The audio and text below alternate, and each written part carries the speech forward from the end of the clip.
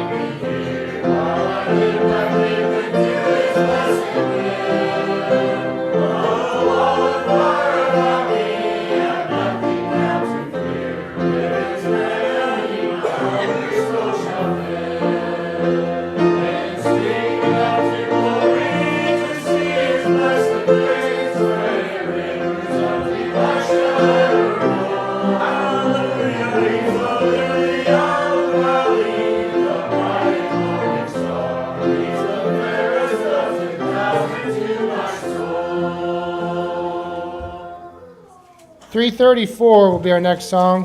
334.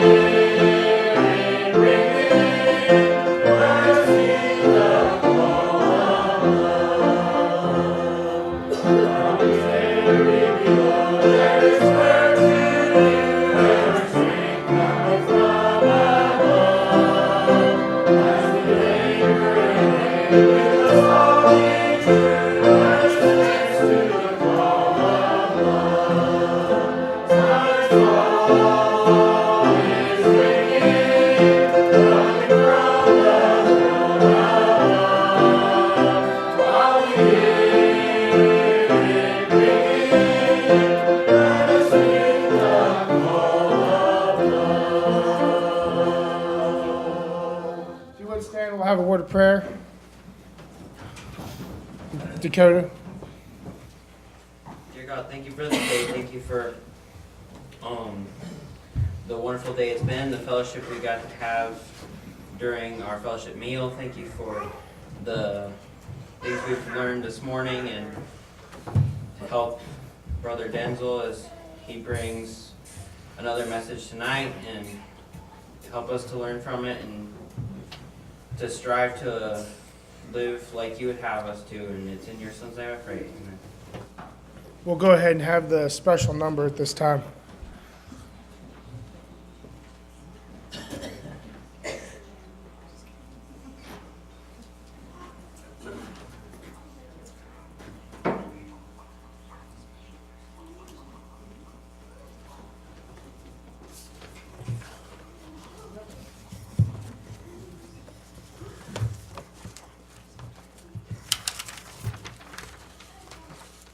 The first two stanzas of this song you will recognize, but Deborah thought it needed a third stanza, so one night she sat down and wrote the third stanza, so that'll be a new one for you all.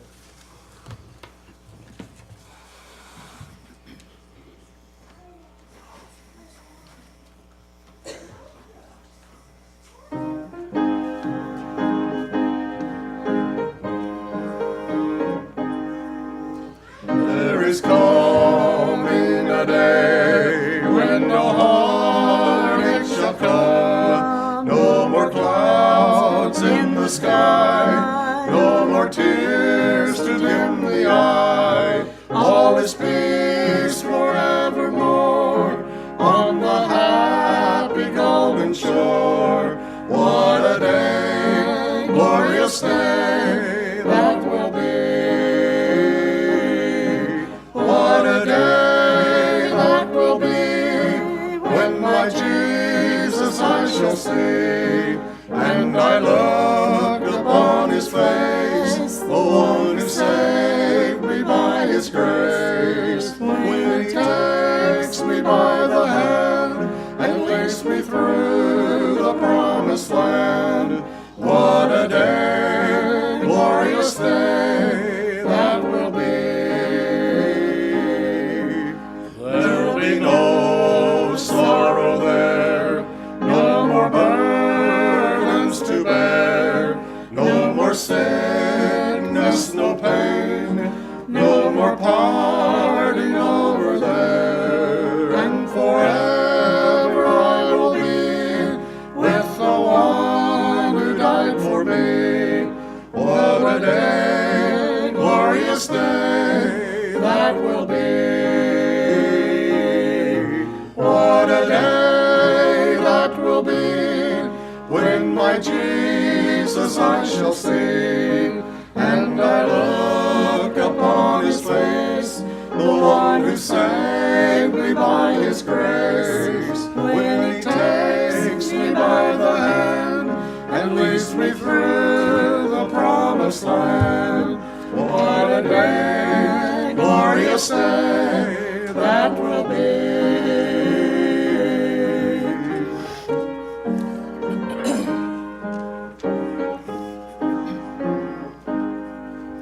Oh, what joy we will have when we meet those gone before. All the loved ones we've known, Peter, Paul, and many more. Heaven will be worth the wait when we meet inside the gate. Oh, what joy, glorious joy that will be. Oh, what joy that will be when my Jesus I shall see, and I look upon his face, the one who saved me by his grace. When he takes me by the hand and leads me through the promised land. What a joy, glorious joy that will be. Oh, what joy that will be when my Jesus I shall see, and I look upon his face, the one who saved me by his grace. When he takes me by the hand and leads me through the promised land. Oh, what joy, glorious joy that will be.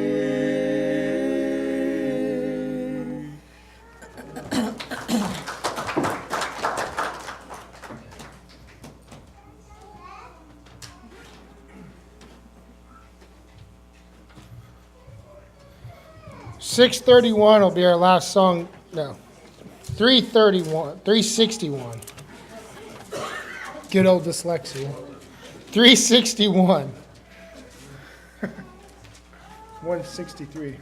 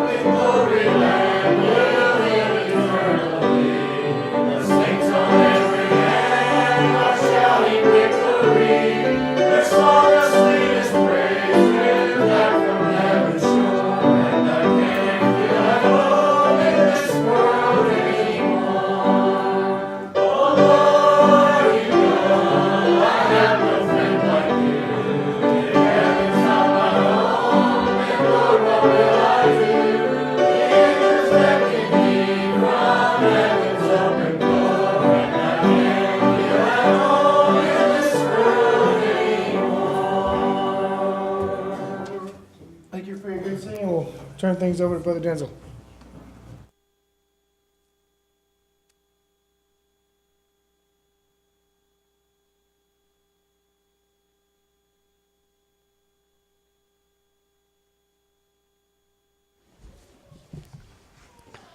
Well, we're back again, huh? Try some more here and see what happens.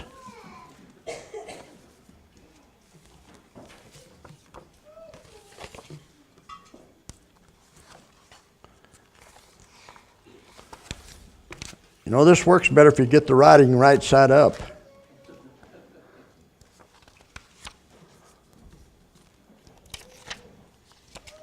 It reminds me of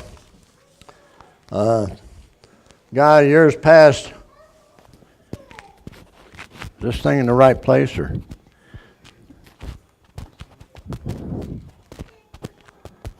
Seems like it's loose.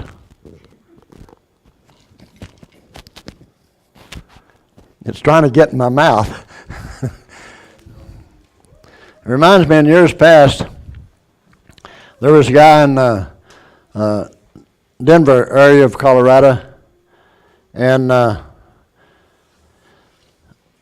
he didn't want the congregation to know that he used notes.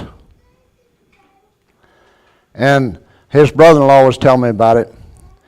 And he said that when he'd get to a place that he had to turn the page, that he would do like that or something, or say something, point up like that, and people kind of look up, you know, and he'd turn the page. But obviously, you know, I don't mind if I use notes or not. You saw me hold them in my hand there this morning. And so it's not a big deal with me, but apparently it was with him. Now, I do have something here.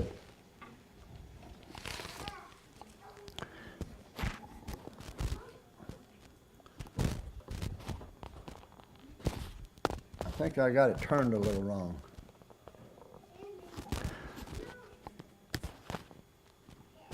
Does that still pick up? I moved it, it's in my mouth.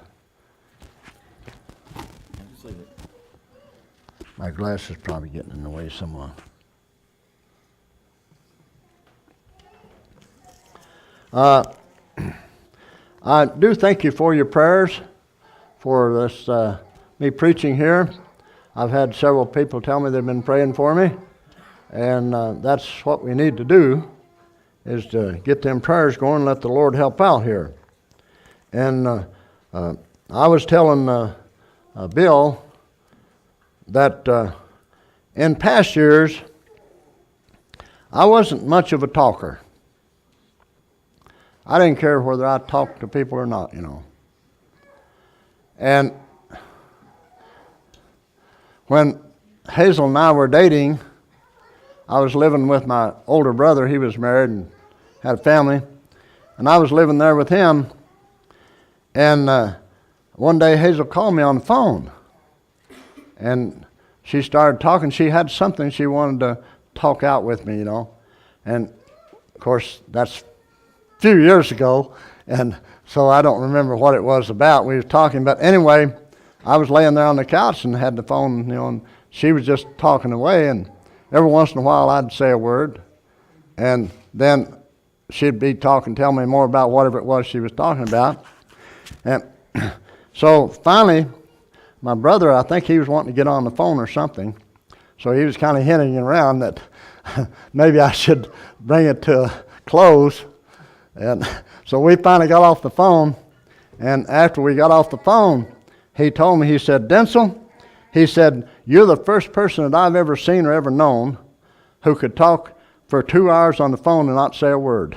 Of course, he was exaggerating a little bit about that 2 hours and me not saying a word. I said a few words. But after I became a Christian, of course, you know, you can't preach a sermon without talking. So I had to change that. And maybe people think I talk too much now. I don't know. But, and I'm just telling you a little stuff on myself here. And in past years, I've had a few people, maybe 2 or 3 or something, tell me that I oversimplify my sermons. In other words, I make them too simple.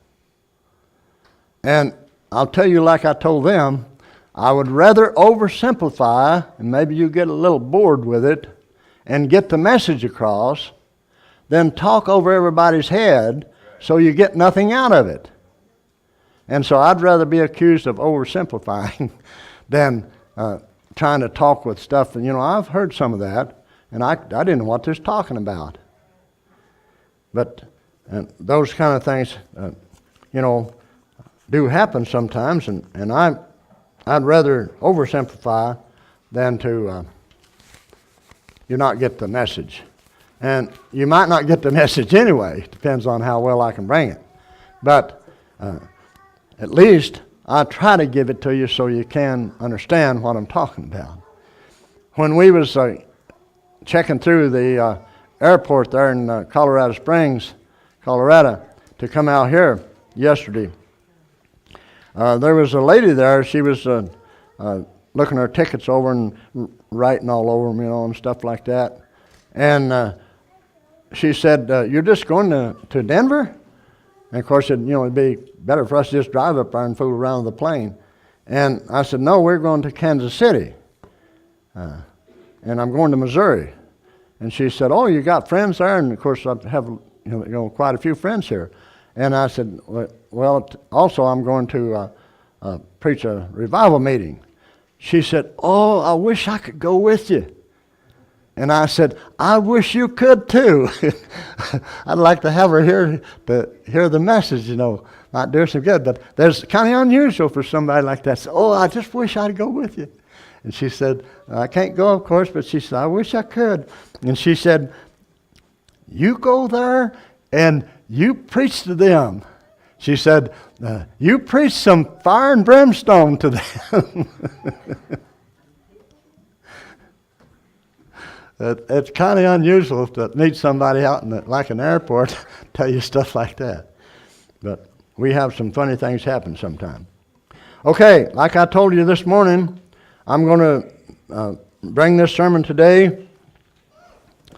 I call Pressing Needs of the Family Today. Now, this was one sermon, the first one I did in a series of 10 or 12 on a family. Of course, I couldn't bring them with me and do them, now. But many homes are in trouble today. And some homes in the church are in trouble.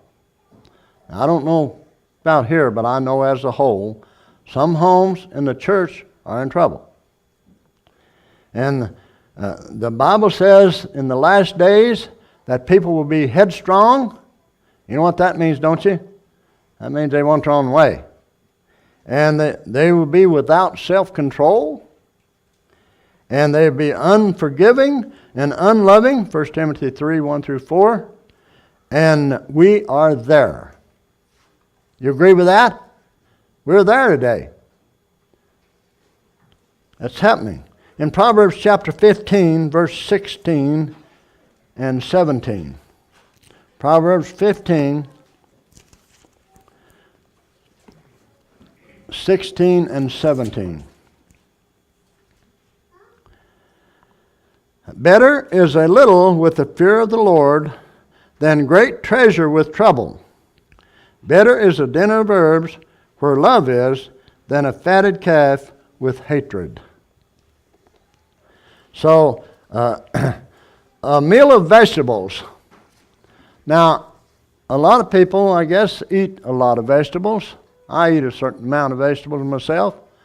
But I think it's talking about here with something that doesn't have as much of the enjoyable stuff to it, maybe. And it's better to have vegetables and the fear of the Lord than have this fatted calf. In other words, you've got it all fattened up to where it's going to be juicy and tender and all that. And it's going to be something you would rather eat, maybe. And it says it's better off to have just vegetables. Now, I myself, I guess I'm what you would call a meat eater. I like my meat. I'm not maybe quite as bad as some people are. This one guy I work with, he said his son-in-law was an Indian. And he said that he has to have his meat. If he don't get meat at least 3 times a week, he's going to be pretty irritable. And because I guess he grew up on meat, so that's what he wanted to eat. And some of us is the same way.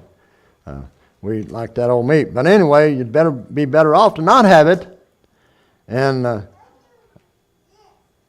have love there than this real fancy stuff, whatever you might want.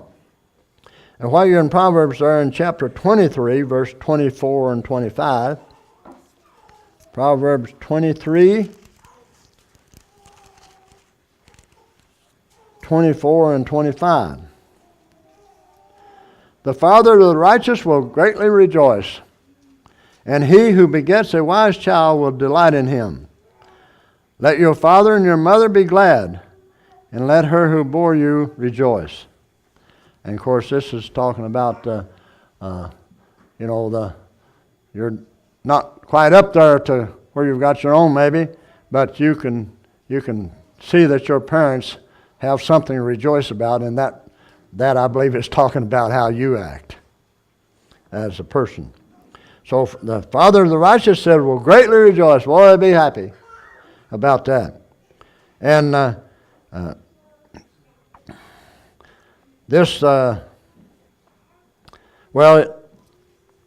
it's hard to rejoice, isn't it, when the family's all torn apart?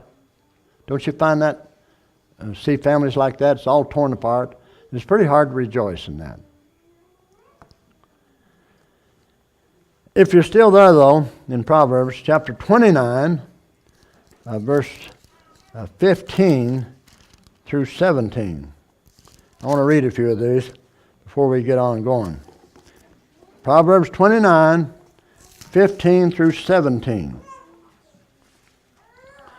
The rod and rebuke give wisdom, but a child left to himself brings shame to his mother.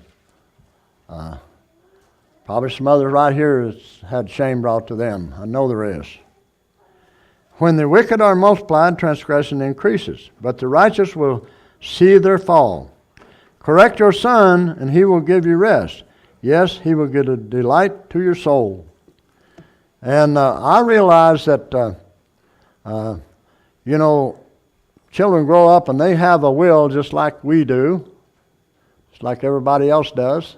And sometimes, even though you try to do your best to correct them, they're still going to go their way because God's not going to keep them from doing their will. They won't be safe with Him, but God's not going to keep them from doing that. And this no discipline counsel that we've had through the years, it's brought shame on many a home.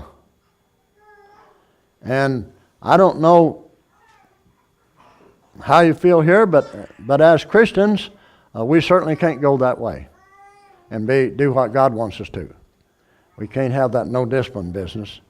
And I don't say all discipline has to be with paddle either. There's other ways to discipline beside that. Now, I wanted to notice a few things here. Back in the Old Testament, Isaac and Rebekah, and I'm just going to mention these so it don't take too much time. It's in Genesis 24:67. Isaac and Rebekah, he said he loved her and she comforted him. Now, pay attention to that, you men and women that have got married. He loved her and she comforted him. And don't say how that took place, but it happened. And Jacob and Rachel, his 7 years of work for her seemed like how long? Just a few days.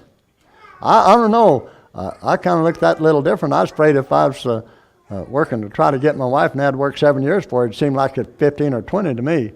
But it said it just seemed like few days to him because the love he had for her. He was always thinking about, I'm going to get her, I'm going to get her. And I guess that's the first one the Bible talks about that was bought on the credit plan. The first one, he thought he was getting her, and he had to work and pay ahead. He was on the pay and then you get after you paid it all up. But the second one, he got on credit. And I don't know if that's the first one or not, but it's the first one I can think of. And you remember Hannah and her husband? And what did he tell her? He said, aren't I better to you than 10 sons? Or something like that. But she wanted a son so bad that she promised the Lord she'd give him to him. To give the son to the Lord, his work. And when that happened, the Lord blessed. And when that happened, she gave her son, didn't she? She took him down there after he was weaned and all. She took him down there and gave him to the work of the Lord, which would be the church today. And so we have different examples. I forgot to tell you where that one was at. The other one was Genesis 29, 20 and 30, and this one, I didn't write it down. It's in Samuel, though. 1 Samuel, isn't it? And at the very beginning back there, when God first started this thing, He saw that man needed a helper, did he not? Man needs a helper. Now, I just preached a sermon here a while back, and I did bring it with me, but I'm not going to have a chance to do it. But talking about men understanding their wives. And is that the women laughing or the men? Or both? It was just trend. And anyway, I brought it along, but I'm going to get to it. I brought it just in case I change my mind somewhere along the line. But Anyway, God saw that man needed. Did you get that? He needed a helper. A man without this helper is not complete, you might say. Man needs that helper. And I'll go into that, of course, in that sermon. But yet some of the women refuse to be that helper. And I've seen some in the Lord's church that's pretty bad. But the two to become what? One. So, are they still two people? Well, certainly. They're a man, and I'm a man, and she's a woman. That's a family. But they're to be one in what they do and how they deal with things and how they operate. One is not to be fighting against the other all the time. I've known families, that even some in the church, that one of the husband or the wife, they want to discipline the kids and the other don't want to. And you know what it causes? Just trouble all the time. But they're supposed to be one. They're supposed to work together to be one. And they're of one type, you might say. Or however we might want to put that. And years back in Wyoming, they had a church up there in Wheatland, Wyoming. And I don't remember what happened now, but anyway, the church kind of broke up. And this one guy was going there, and most of the people that was there, they went to, a Church of Christ somewhere else. And this one guy there, though, he went over to the Christian church. They had Christian church there. And so my wife and I, we decided to drive up that one way, and we decided to talk to that family and see why they didn't, go somewhere else. And so they talked to us about it, and the man told me, well, I think Hazel was there too. He said, the problem with the Church of Christ is that they're too protective of their children. And I said, what do you mean by that? He said, we need to let our kids get out and experience the world a little bit and see what it's like. And he said, and then they'll know, what not to get into and stuff. And I told him, I said, I forget his name now. I said, then I should let my children go out and commit murder so they'll know what it's like. And he didn't want to give me an answer on that. But how can he experience it? Well, you got to get out and get involved in it. Well, I could see that he'd come down quite a ways from the way he talked before. But that happens sometimes. We must keep God in the family, and we must keep the world out.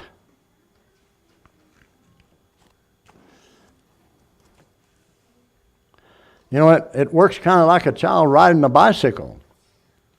I don't know. I better not pick on anybody.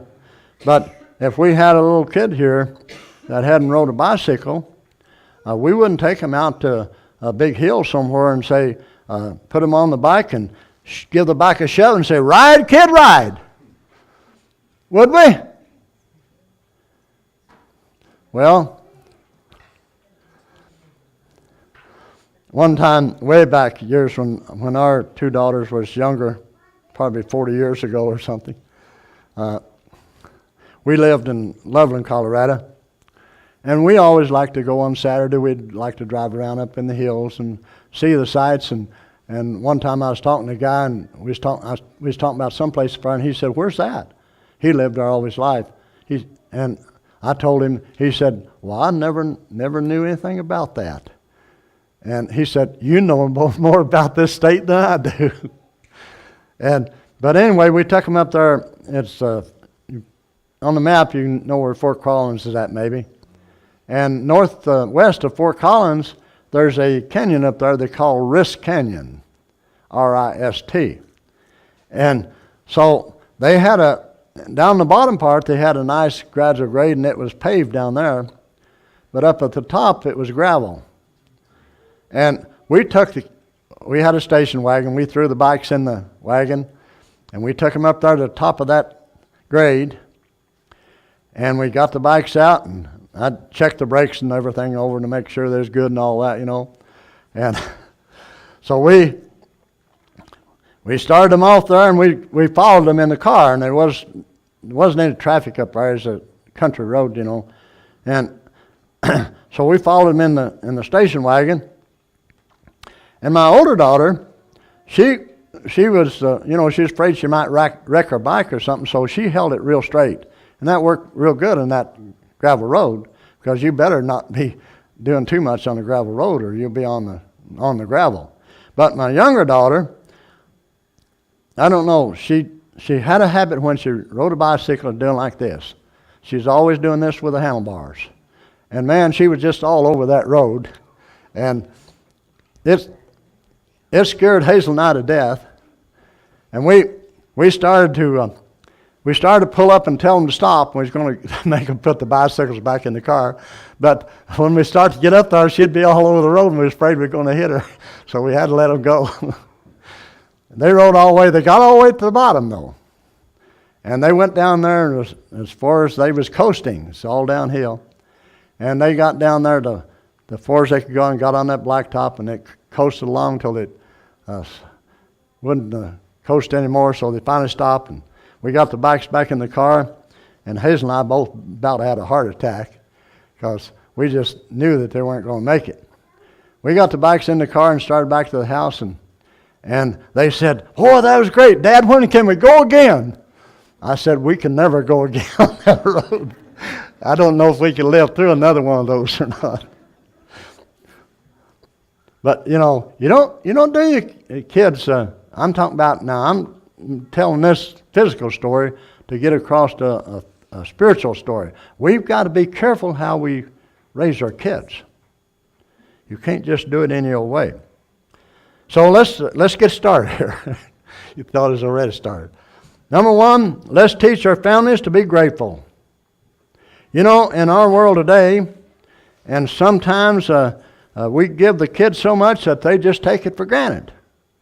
That's the way it is. That's mine. Or I want more. Or whatever it is. And they just think that we should hand it out because that's what we've been doing maybe. And they don't even think about being grateful for it. And I'm sorry to say, but I think sometimes when we get on up in age, we still get so much, the Lord blesses so much that we just take it for granted.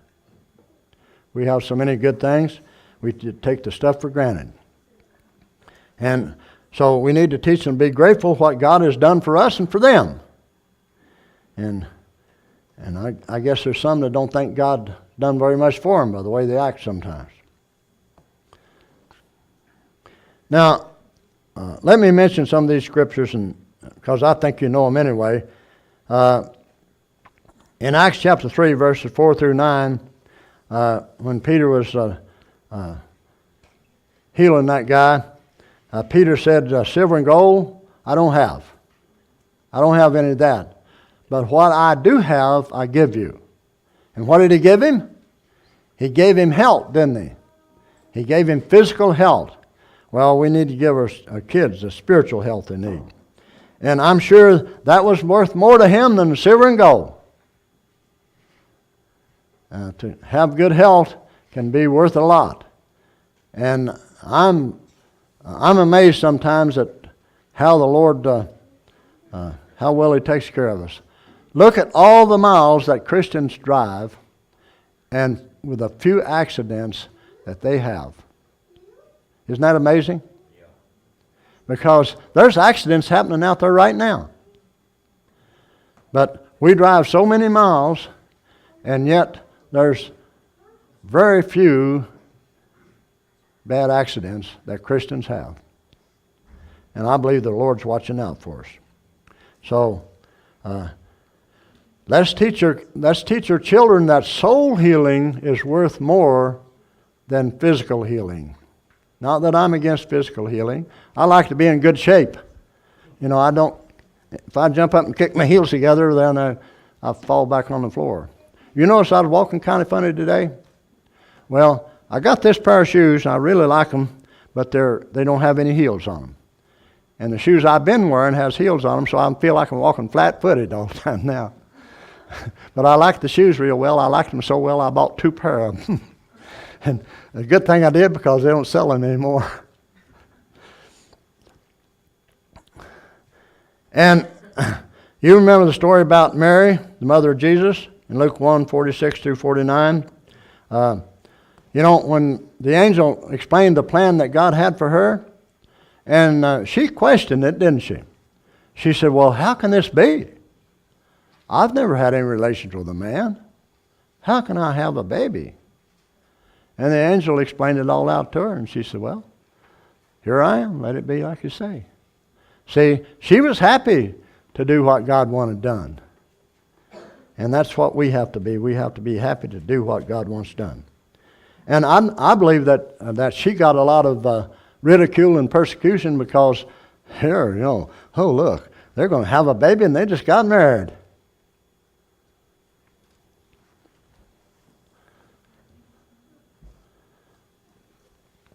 Second thing, let's work to build our family.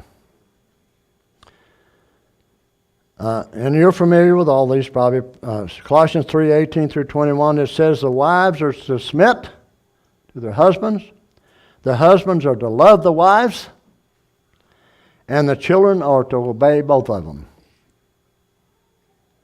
And the fathers are not supposed to provoke and discourage their children.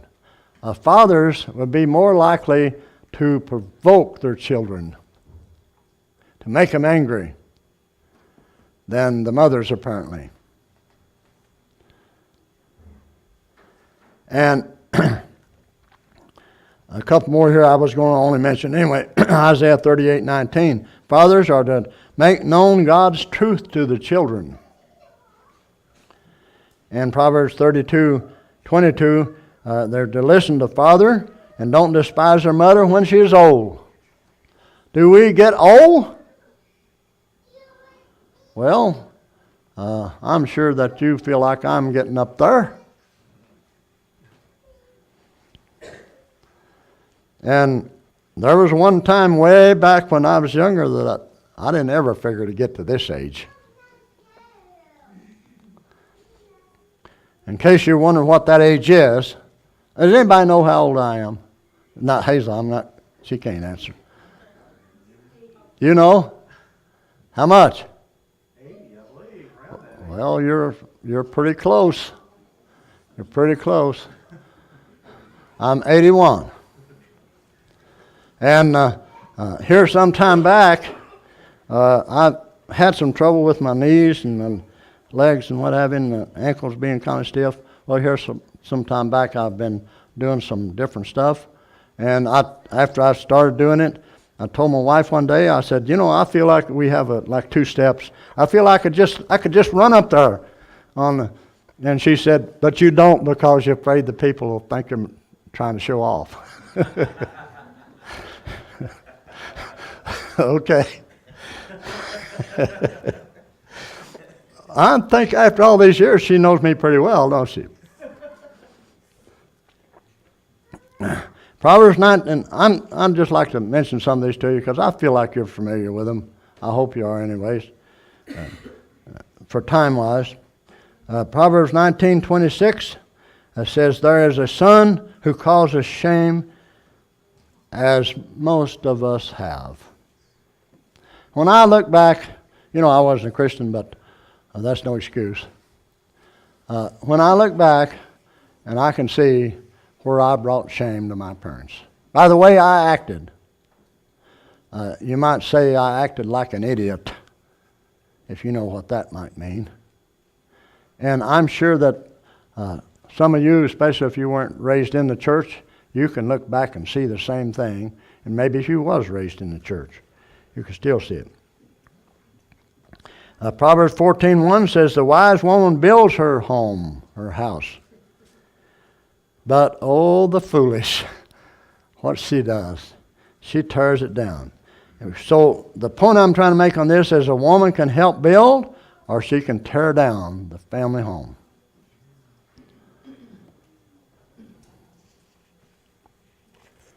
And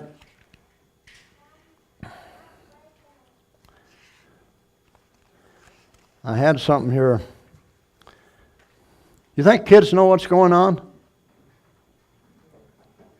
You think young people knows what's going on? You young people think you know what's going on? Well, most of us, we really thought we knew what was going on when we was young, didn't we? And we do know a lot. But here I found a little thing called Rules of Marriage as described by kids. And I've got a couple here, and I'll maybe do it to a couple when I get through. But what do most people do on a date? That was one of the questions you asked the kids. Lynette, age 8, says dates are for having fun, and people should use them to get to know each other. Well, that's not bad, is it? Now, get this. Even boys have something to say if you listen long enough.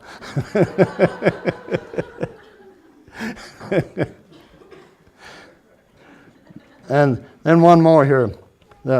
Martin, age 10, he said this. On the first date, they just tell each other lies, and that usually gets him interested enough to go for a second date.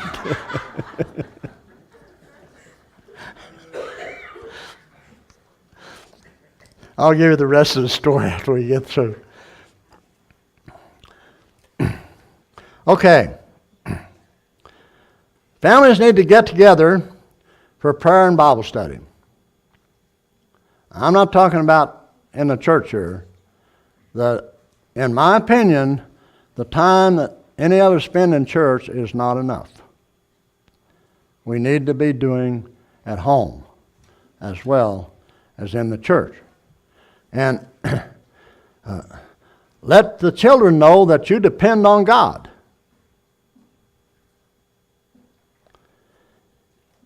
And it's a good way to draw all closer to God. And you know what? The devil is against you doing that. So if you're trying to have devotions, family devotions, the devil's going to work hard against you having that. And he'll put all kinds of things in the ways of you having those devotions. Because he knows that that's going to help everyone. And so he's going to put everything he can in the way. So that won't happen. And with small kids, when you got little ones, you have to get down on their level. And I'm not talking about like I got down there. I'm talking about in your lessons and stuff that you're teaching them. You have to get down at their level so that they can understand what you're talking about. If you're teaching them like you do in an adult class, you're just wasting your time more or less. They might catch some of the stuff, but they're just not going to get it. And so you have to get down on their level so they can understand it. And you need to set up a definite time to have those studies. Now, the same thing won't work for everybody. Because if somebody works at night or something, naturally they can't have a Bible study in the evening. And you have to work out what will work for you, not what will work for somebody else. It has to work for you and your family. And, you know, families struggle with this thing, with this devotional time and all that, because there's so many things there to fill your life with that you can get tied up in those things. And I realize that you set up a schedule that there's going to be times when you have to not do it, you know. There is those times. I know that from experience. And I want to read this here to you. In a large family camp, when they were asked, as for youth camp it was, they were asked how many families had an ongoing family devotions. And this is back a number of years ago, quite a few years ago, maybe like another 40 years ago or something, because our two daughters went to that camp. And they were older teenagers then. And they asked them to raise their hands. And there was a huge family camp at that time. We had a lot more churches back then. And there was less than 1% of the kids that raised their hands that the family had a ongoing Bible devotional time. And our two daughters, they came home and they told us about it. And man, I couldn't hardly believe that. And they were so excited because they said, we both raised our hand. We was two of the few that raised our hand because we were having them, you see. And when you think about a big family camp, and I mean, I'm talking about a big, huge family camp. We used to have those years ago. And less than 1%. That's not many, is it? There was just a few kids raised their hand. And our kids were so proud that they could raise their hands. And they, there's times when they didn't want to do the studies at home either with us. But they were glad they could do it there. Well, yeah.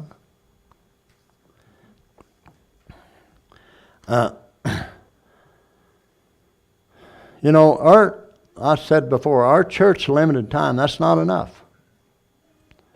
That's not enough. Hosea 4:6 says, God's people are destroyed for lack of knowledge. And that could be your family.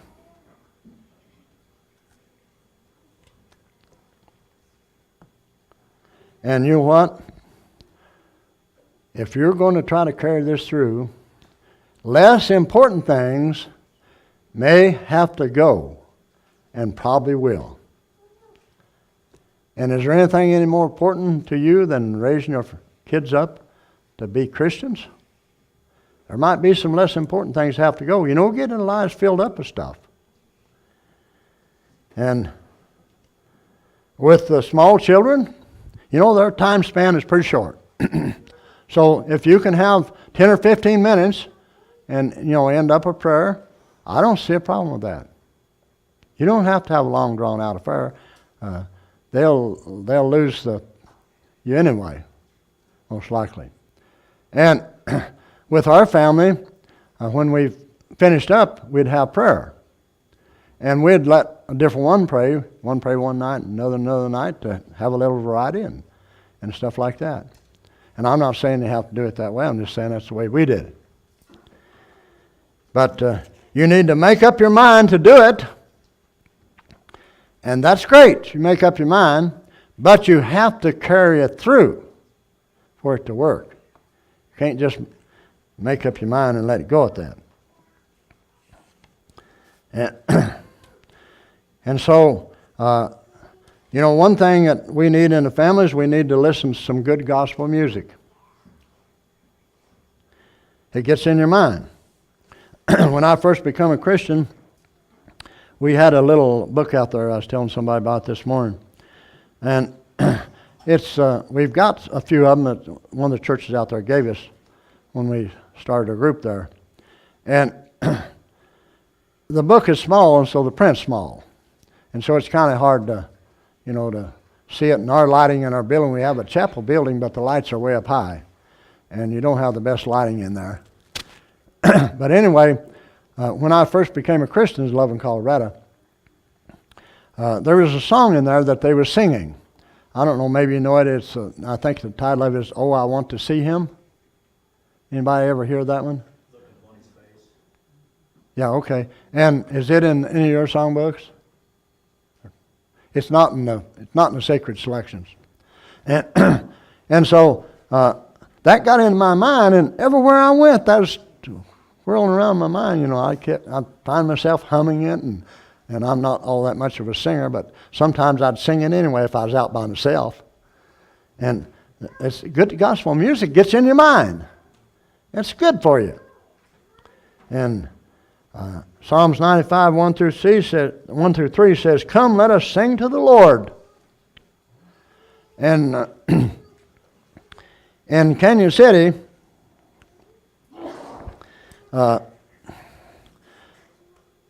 we have, like you guys do here, we have fifth Sunday about 4 times a year. In a month. It's the same here, isn't it? And we don't hit all of those all the time, but we just had one, the last one back here, I think it's a couple months ago or something. And we have an afternoon service. In our afternoon service, we have a whole singing service. The whole service we sing. And I tell you what, we let people pick out songs, and all that, and we try to do a variety. Every once in a while we find somebody picks one out that we have a little trouble with, but we usually try to go through it anyway. And we do that because that stuff gets in your mind. Psalms 47, 1 through 9, there, I'm not going to read that. It says, clap your hands, all your people, and shout to God with a voice of triumph. And somebody said something to me about this. He said, well, that's Pentecostal. Anybody here familiar with the Pentecostal church? Yeah. Okay. Do they use the Bible? They read a text, they closed the Bible, and they said, now, open your minds. And they went to speak. And some of them's different than others, aren't they? Not all of them's that way. Some of them use the Bible, don't they? So, is using the Bible Pentecostal? No. Should I quit using the Bible because they use it? Hey, that don't make sense to me just because some other group use it, and we say, well, that's Pentecostal, they use it, and we better not use it. No, if it's in God's Word, we better use it. We better get some good out of it.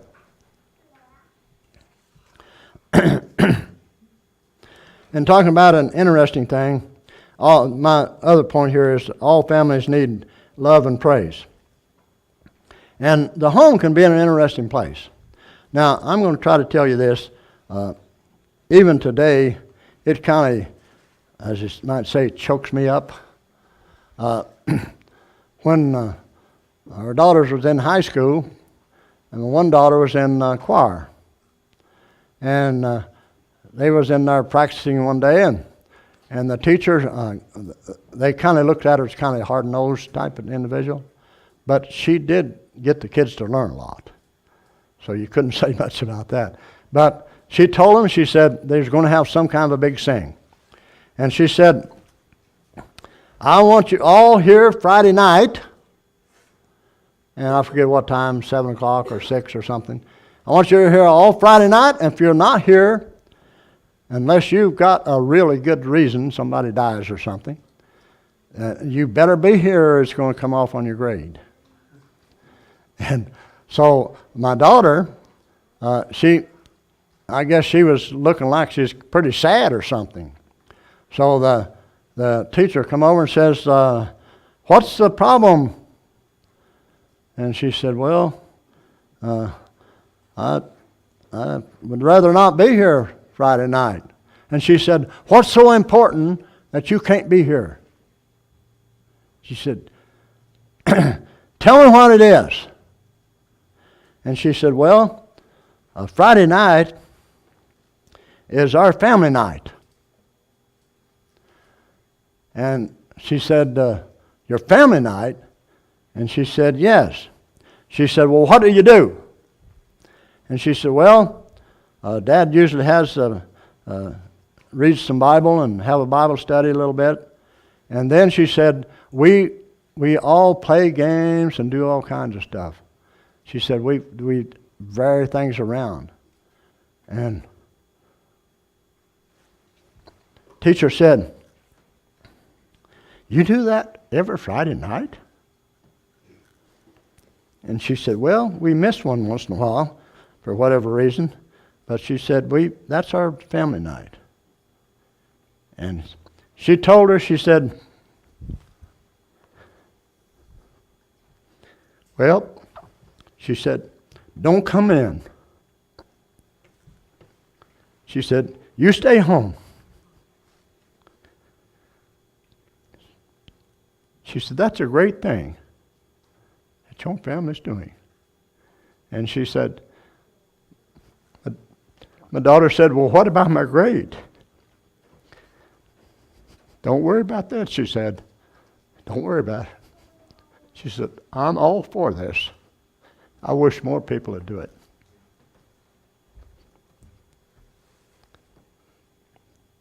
And then we have people in the church, they won't even have time for a family night or anything else. They're too busy with other things.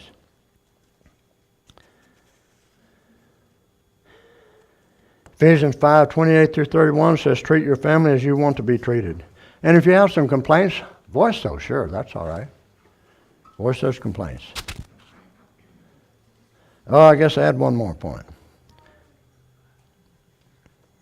I don't know how long supposed to have. I don't even know when I started. The family must work together. You need to be aware of what other family members are doing. Sometimes people don't know where the kids are at, or the kids don't know where the parents are at, or anything else. And men don't often, well, not often enough anyway, notice what their wives have done. Where they put up new drapes or what it is. One time I came home and my wife said, you notice anything? You've heard that? And I said, I looked around. I couldn't see anything. You know, men don't see a lot. They say women see details and men see the overall picture. Well, I didn't see either one. And so I thought, well, I better come up with something. So I said, you wash the dishes. She said, I didn't have any dirty dishes. You did something to your hair. I couldn't see any difference. No, I didn't do something to my hair. Can't you see what's different? No, I don't see. She finally had to tell me. But you know, men need to notice a few more things. The women appreciate that, wouldn't you? And do you often say nice things to your wife? Well, do you ever tell her that you love her? Well,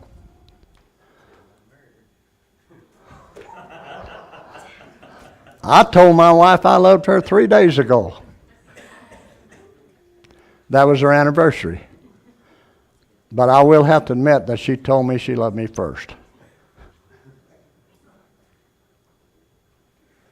But women want to hear, don't they? And most ones I've talked to want to. And I know that sometimes women nag, you know. Sometimes that's the only way they can get anything done. But sometimes they'll overdo it. I'm aware of that too. One wife said to a neighbor lady's over visiting, and it got up in the afternoon, and she said, will you go, please go now? And they get this, she said, I have to get ready for my husband. He's coming home from work, and she has to get ready for him. Now, I don't know what she did to get ready, but I bet he had her on a pedestal.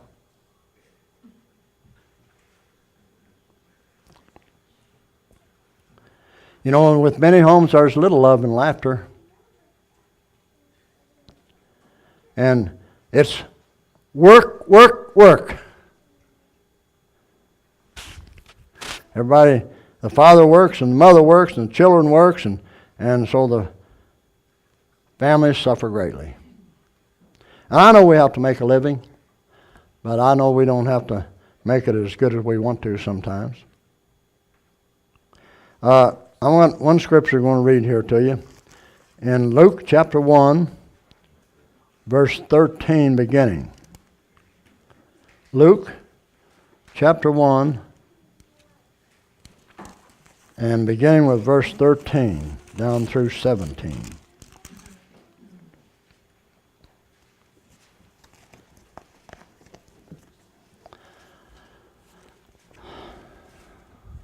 But the angel said to him, do not be afraid, Zacharias, for your prayer is heard, And your wife Elizabeth will bear a son. You shall call his name John. And you will have joy and gladness, and many will rejoice at his birth. For he will be great in the sight of the Lord, and shall drink neither wine nor strong drink. He will also be filled with the Holy Spirit, even from his mother's womb. Now, here's the part I want.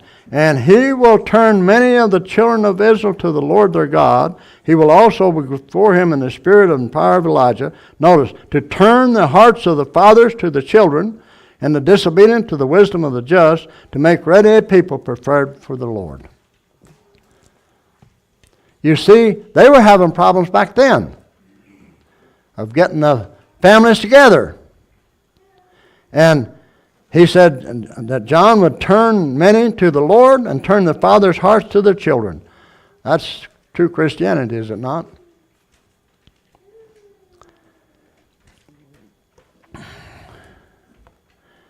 And that's one thing we need today pretty bad, is to turn the hearts of the family members to each other. Because the world's way turns their hearts away from each other. And it takes time, it takes prayer, and it takes a lot of work to build good family lives. And to get the most out of it, Jesus has to be the center. Have to revolve around him. And can any of us honestly say that we have done everything we could to bring up our families in the proper way? And I say no, because self all too often gets in the way. Old self. And we don't do some of the things probably that we should do, because we want to do what self wants to do sometimes, whatever that may be. The most urgent need of the families today is to follow God's way, and so bring the families together as a unit, as God intended it to be.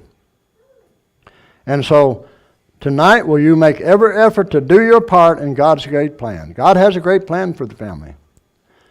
Will you make every effort to do your part? Now, and a lot of these things, when we bring a message, and if it brings conviction to us, sometimes we can make a decision in our heart and do something about it. Go and do something about it. Sometimes we like to have a song and to see if people want to come forward and get help from prayers and stuff. And I was going to use this same song for probably every night that I picked out, 637. And if you have a need, and remember, I was talking to people about praying for me, and that's what we desire as the prayers. And if you need help, maybe you're trying to do it and you're having a problem getting it done, let us know. And we'll get all the prayers going. There ought to be a lot of prayers going up here if we get everybody praying, shouldn't there? And so if there's a need, well, let's get them going. Could we get somebody to play for us here? And then after we have our song, I'll try to remember to do those other two I told you about. Get that, number 637. Same one we had this morning. I'll get it here pretty soon, I think. Will Jesus find us watching? All right, you can stand, please.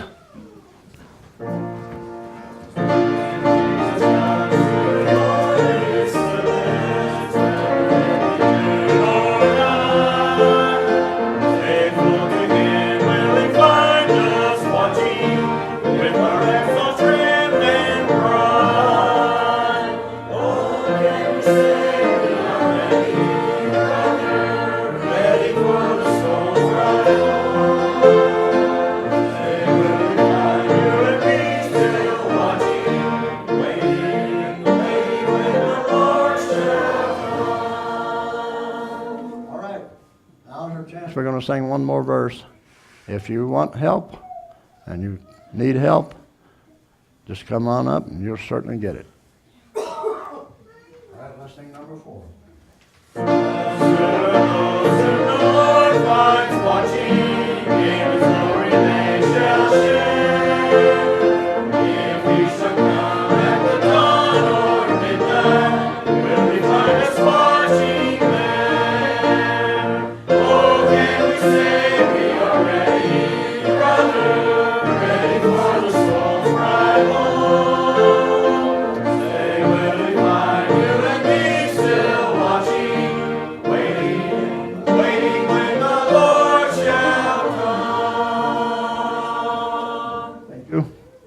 All right, you may be seated.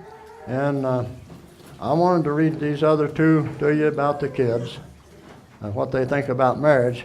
This question is it better to be single or married? And Anita, age 9, answered this one. She said, it's better for girls to be single, but not for boys. And here's the reason she gave. Boys need someone to clean up after them. And then, the last one here, how would you make a marriage work? And Ricky, age 10, all right, pay attention now. He said, tell your wife that she looks pretty, even if she looks like a dump truck.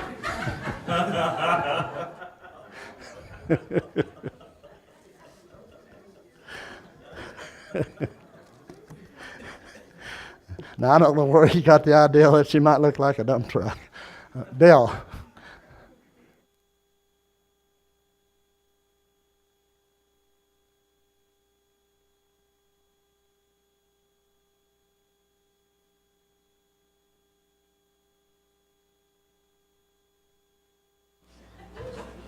All right, Brother Densel, thank you. A message like that, we have a congregation that's gathered here tonight that's so much variety in it. Some are married, some have been formerly married, and now they're widows or widowers. Some are children, some are young people that haven't been married yet and maybe anticipating looking to get married. But as Brother Densel was bringing that message, I thought, every one of us have a part in that message. I broke it down. I thought, this message applies to every one of us from the very first that he was intending on the family itself. If there are whole family units gathered here tonight, then, what are you doing and how are you doing your part to add to the family unit? And as he said, especially the fathers of the family, to bring that leadership and to bring those devotions to train your children up in the admonition of the Lord. So that's the family unit. But, we have others that, like I said, we have many widows in the congregation here. But, there's an encouragement in prayer. And, praying widows, we see that example in the Bible. So you can be praying for the young parents that have a family unit, your grandkids. That's one thing. Or even single individuals who have never married. Prayer is a powerful thing, and you may think, well, this message doesn't apply to me. But, you can encourage family members to live the way that God would have you to live. You may come from a home that's not complete, a broken home. Well, you still have a valuable part in bringing Jesus and God into your home as a Christian. And you can also determine, as a young person who's never been married, that I'm going to let the Lord's leading guide me, and if it's His will that I do establish a home, that I'm going to follow the Lord's leading and play my role that the Lord has intended for me, for my family. So, just because this message is on a family theme doesn't necessarily mean that it doesn't apply to each and every one of us that's in here. And I just want to kind of put that out there, brother, because it was good and a lot of good, valuable things there. It's just like anything else in Christianity.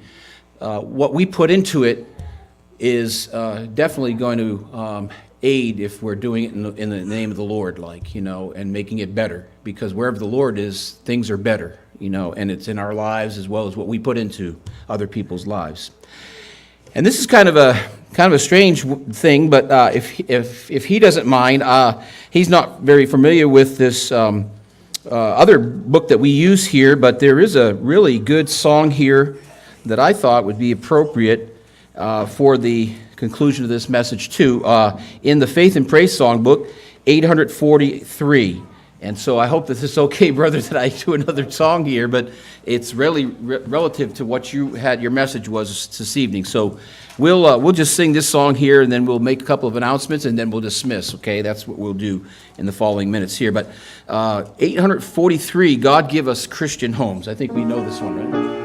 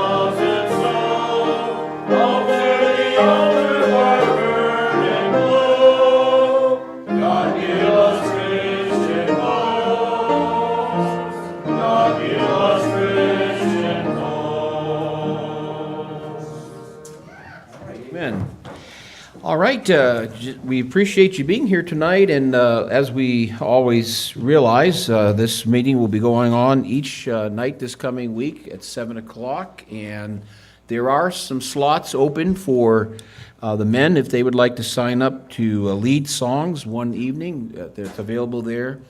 And also the cleaning list is an important aspect of the meeting. We don't like to have it all just on one person's shoulder that is responsible for the month. So there's a couple of days, nights that are still open as far as cleaning the building after being here every day. It would be helpful with the waste baskets and everything and vacuuming. Yes, brother? Yeah, I wanted to thank the ones that did the special number, we appreciate it. Yes, most definitely, yeah. Okay, yes, it's always good, special songs are always an enjoyment, and they're encouragement and blessings, so appreciate you. And that's to go on all week. If you'd like to prepare something in song, you're welcome to share that during our song service there. We want to continue to pray for Brother Denzel and his meditation on the messages that he's brought, and to share with us, and pray for him, and make sure you invite people to come out to the meeting. There will be some invitation slips back there on the back table. You're welcome to take some of those and invite people to come out.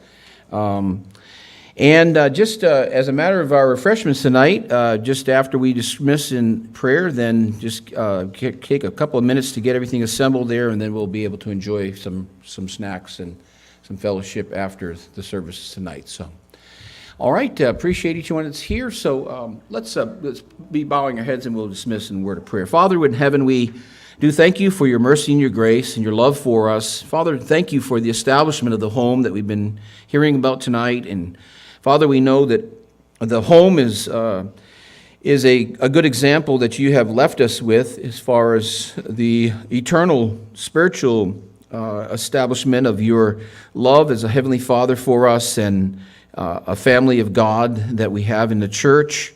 And even that family of God, the church, is made up of individual homes. And we just pray that we know that your instructions in your word give us the direction and guidance in the most perfect way that our homes would be established. May we be honest with you and true to your word, that we would establish them in accordance to your will, and each one member of the family would fulfill their role that you have placed upon them in a joyful manner, that we could see the church strengthen, and we could see it flowing and producing in such a way that you would have it to be, because of the strength of the families that make up the church. Father, thank you for the efforts that have been put into this Lord's Day by Brother Densel and the messages he's brought, and bless him richly this coming week, God, that you would fill him with your Spirit and help him to be your spokesman to the needs of our hearts, as we ask this all in the name of Jesus. Amen.